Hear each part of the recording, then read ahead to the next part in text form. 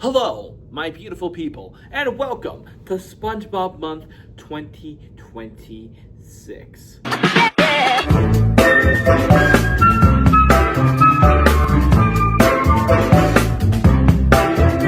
Yes, I know that SpongeBob Month 2025 was only a few months ago, and I haven't really uploaded a lot of videos in 2026.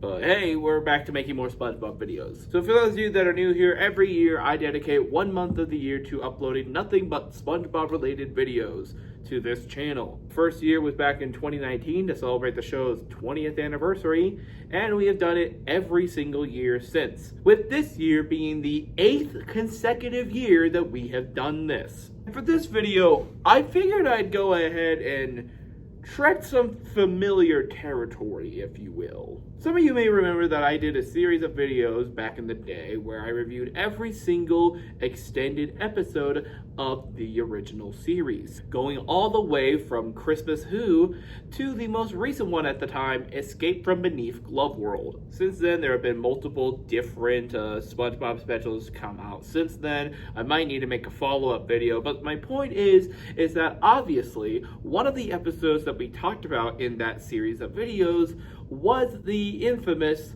lost episode, quote unquote, The Sponge Who Could Fly. As I mentioned in my video from several years ago, the episode really isn't anything special. For the most part, it's very mean to SpongeBob, with the only true highlights of the episode being the live action Patchy segments, which back during the era before Steven Hillenburg came back, that was pretty much a thing that the show did, where they knew that an episode wasn't good enough to stand on its own, so they padded out the runtime with a bunch of Patchy segments. But the main point I want to highlight here is that episode was a musical. The show has been known for featuring several different songs before, but very few of their episodes were actually musical episodes. In fact, during the show's entire 25+ year history, I can only really think of 3 episodes that even fit the criteria. And very appropriately, they are all longer than the typical episode length. And so with this being a special double length episode, and with it being a musical, naturally, according to Nickelodeon, this was the perfect way to adapt SpongeBob to the stage. Now, 9 times out of 10, whenever somebody asks you to think of a SpongeBob musical, they think of the SpongeBob musical, you know, the one that was on Broadway and had a pro shot a few years ago. No. I already did a video on that SpongeBob musical. We're here to talk about the other SpongeBob musical, based directly off of this singular episode of the show. The Sponge Who Could Fly, live on stage. Now, if you did see my original video on that episode and the various other SpongeBob specials, then you might remember a brief moment where I reacted to one of the songs. However, this is the year that I feel like it's finally time that we give this musical a proper dissection. So, let's go deep to the bottom of the ocean and finally figure out if the original SpongeBob musical is any good, if it's a hidden gem, or if there's a reason they decided to basically erase history and make a new SpongeBob musical 15 years later. But without further ado, let's dive in! Pun not intended. The show begins with our very first song, The Luckiest Sponge in the World. And it's literally just Bikini Bottom Day from the Broadway musical, only with fewer characters. Right off the bat, I do want to acknowledge the fact that they did kind of get the general, musical vibe of the show, but the horns is already kind of a red flag. And the guy doing SpongeBob, he does sound a lot more like he's trying to do an impression of SpongeBob and not just trying to accompany the character, which is something they were specifically told not to do in the Broadway show, where just don't impersonate cartoon characters, just try to accompany the characters in whatever voices you want to do, because obviously you can't just have SpongeBob sound like a normal guy. That's just me complaining about a show that wouldn't come out for another 15 years. Yeah, this song served the exact same purpose as the opening of SpongeBob the Broadway musical, where it's just SpongeBob going around Bikini Bottom and talking about how great his life is, but the only character we meet is Squidward. Gary, where are you? Oh no, they killed Gary! While it starts off as more of a traditional SpongeBob musical motif, it goes into more of a triumphant song. For one brief shining moment, but then you started singing, and I woke up, and I see that I still live next door to the most obnoxious. Squidward sounds like Kevin from The Office. This is especially notable since Bikini Bottom Day was a traditionally sounding SpongeBob song with a bit of a Broadway flair. It was still unmistakably SpongeBob at the end of the day. I get to choose a new outfit every day. Lies! However, with this song, for the most part, the only thing that's SpongeBob specific about it is the unmistakable SpongeBob impression. Not really a bad song by any means, but it's a weird SpongeBob song, if you know what I mean. The luckiest sponge is just, what if Bikini Bottom Day from the musical didn't know what the show was? like musically? Say what you will about the famous SpongeBob musical. At least his opening number felt kind of like a song from the show, acoustically. And this song starts off like that, but it forgets about it very quickly. So not a very decent, good impression, but at least it understands the characters. Next is an extended edition from If I Could Fly from the episode, so let's move on to the next original song, Ka-Ching. Hey, wait, that's from a different episode. Holy Barnacles, we are 2 for 2 with songs being suspiciously similar to the other SpongeBob musical. So I can only assume that this is set at the Krusty Krab. SpongeBob is at work, and Mr. Krabs is singing about how much he loves money, which is miraculously similar to... Oh my goodness!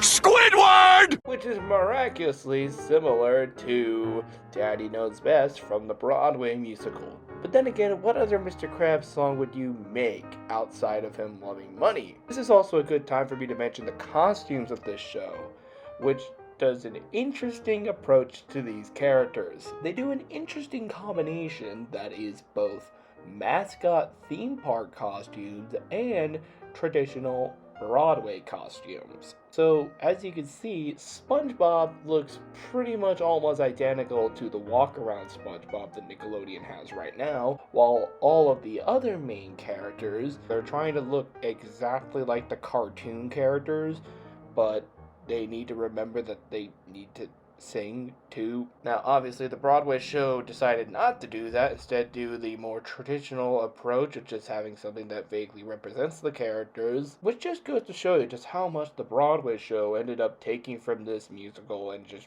made it better. Next up is Sandy Cheeks, and as you can tell, this is a song about Squilliam. If I were to compare this to any song from the Broadway musical, it would probably be Chop Till You Top, because it is a motivational song sung by Sandy to SpongeBob, and it becomes a little bit of a duet. This is interesting, of course, because Sandy was not actually in the Sponge Who Could Fly episode. This is a pretty okay song, although one lyric that I do want to point out is, your mind is like a sponge, and since you're a sponge, you're a whole mind. Okay. What a nut is what I typically do after looking at photos of handsome Squidward. This is the first song so far that isn't from the episode itself that I can't really make a parallel with any song from the Broadway show, which is a good sign.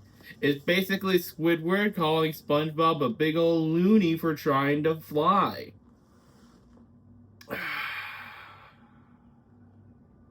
That's a good kelp shake. I'm really torn between this song because while it does kind of sound good, I'm definitely not a big fan of the Squidward voice. It comes across as somebody trying to do a very bad impression of Squidward rather than somebody trying to authentically interpret the character of Squidward. Plus, it also doesn't help that this song teases us with like a grand musical spectacle, a la I'm Not a Loser, but it kind of pussies out at the last second. We just get a few notes of Squidward doing clarinet badly with some decent accompaniment, and that's the end of the song. Not awful, but I can kind of see why there really isn't a parallel between this and something that's in the real musical. Next up, we have Dreams. You know, the subject of two, count them, two SpongeBob episodes. This song basically adapts the part in the episode where all the people in Bikini Bottom are like, hey, we had dreams once, but they didn't come true, and you reminded us of all of this, so screw you, SpongeBob. This song just reminds me of how this song just reminds me on how mean everybody was to SpongeBob in the episode, and it's just not a very good time, even if there are some funny moments in it. It's definitely the most musical theory out of all of them, as in the singers aren't forced to do cartoon impressions. Like, I do think that this ensemble is very, very good. Also, one of the singers sounds like John Mulaney for some reason. I can't play the song because of copyright. Next is an extended version of I'm Flying from the episode, and they somehow managed to make the most musical theater sounding song of the entire episode even more musical theater sounding. That's all I'll say. It's windy here. We're gonna get the fuck out of here.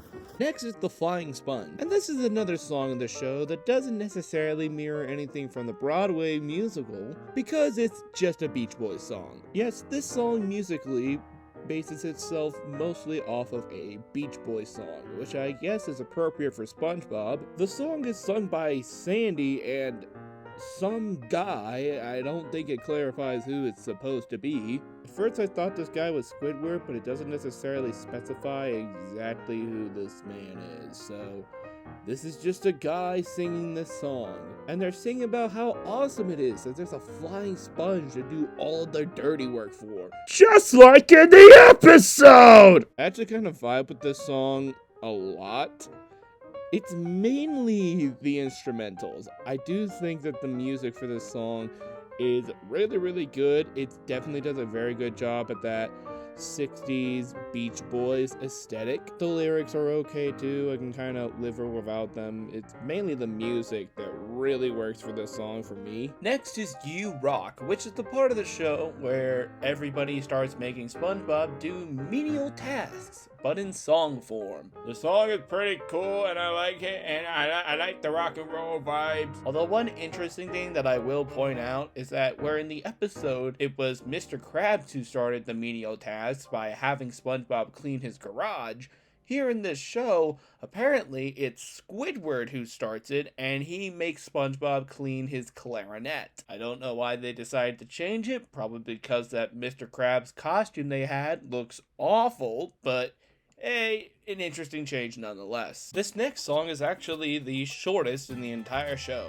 The Unluckiest Sponge. It's basically a reprise of The Luckiest Sponge, except SpongeBob is sad that he can't fulfill his true dreams because everybody wants him to do stupid chores. That's it.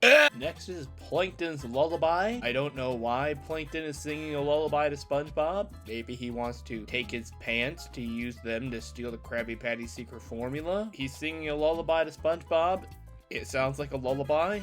That's the song. Next is The Flying Dutchman. Yeah, we're towards the end of the show, second to last song, and they're introducing characters still. It's just the Flying Dutchman singing about how he's the terror of the seven seas. He's the Flying Dutchman and all. He wasn't in the episode, so I don't know why he's in this musical outside of just wanting to have the Flying Dutchman in the show. It's not a bad song, I just don't know why it's here. And finally, we got the finale and the jellyfish. The first half of this is literally just the final song from the episode with a few extra lyrics thrown in, and the second half is a boogie Beach Boys type of song where SpongeBob and Patrick are flying with the jellyfish and they do a little dance called the jellyfish before it all comes together in a big musical theater style finale. And to be honest, I think that's the best way to possibly describe the Sponge Who Could Fly musical. It's just, there's some cool ideas here. It does have some interesting performances from the characters, but just going off of the images I've seen and listening to all of the songs, I'm not really impressed with it, and it sucks because I wanted to judge this show completely fairly, but it's kind of hard to do that when I have zero ability to watch the full show. It does have a decent song or two, but it's brought down by basing itself off of one singular episode of the show, an episode that wasn't even that good to begin with. It honestly just kind of feels like, with the music, it's just padding for the sake of filling time, plus the costume design is absolutely abysmal. I can see why this never went to Broadway or New York in general, and 15 years later we got the Broadway musical, and it is significantly better than whatever the frick this attempt was. But hey, it was fun finally giving this weird piece of SpongeBob history a semi-fair shot. So that was the Sponge Who Could Fly musical. Definitely a very interesting footnote in the history of SpongeBob that gave birth to the classic SpongeBob musical that we all know and love. Yes, the program from the production I saw when I made my video, remember that? But anyway, guys, that will be it for this edition of SpongeBob Month 2026. Let me know what you guys thought in the comments below. And have you seen this weird musical? Please let me know, because I would genuinely like to see this now. Did not intend for SpongeBob Month to be this late into the year. I intended this video to come out in April, and now it's late May, so yay, I'm so good at releasing videos now. But hey, if you want to see more fun SpongeBob videos, then please hit that subscribe button and ring that bell to have it set to all notifications. I also have a podcast out now. It's not SpongeBob or Nickelodeon related, but it is Disney related, and I have a sister podcast that is DreamWorks related. They're both called The Happiest Cast on Earth and Mooncasting, respectively. Mic swap, baby! And before the video ends, I would just like to address a few things. One, the musical ranking for 2025 is coming. At this point, I genuinely don't know when it's coming. I had to watch 15 movies for this video, so please be patient. It's looking like it's gonna come out in June at this point. Also, this year will mark the 10th anniversary of me making YouTube videos. And this was really the first video that I was ever really able to address it in. And I want the 10-year anniversary for Toon Talk to be something special, and hopefully that big special thing can come out. Now, the 10-year anniversary of Toon Talk won't be until February, so it won't actually be this year, but this year does mark the 10-year anniversary of the Mr. Johnson YouTube channel. We didn't start making the reviews and all that stuff until like the next year. This channel really was the original Weird TV. While we're here, I should also recommend that you should watch the videos that I've been referencing constantly throughout this video, that being my movie marathon madness on the SpongeBob specials and my review of the SpongeBob musical. It was more of like a reaction of a local production that I saw, but I still think that they're good videos. Plus, that means that I can make a bigger video on the actual SpongeBob musical later down the line. But with all that said, until next time, I'll see you later. Bye.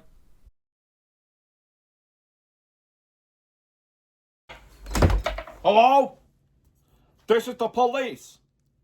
I've been hearing a lot of reports about weird noises happening here today. All right? Now, where is everyone? Oh, Mr. SquarePants, long time no see. Hopefully you can be able to explain all the weird nonsense that's happening. There's nothing you need to worry about, Officer Smith. Everything is going just peachy. Why do you sound like a robot? Oh God, he is a robot, isn't he? No. No. No. No! No! No! No! No! What are you even doing to me? No! No! No!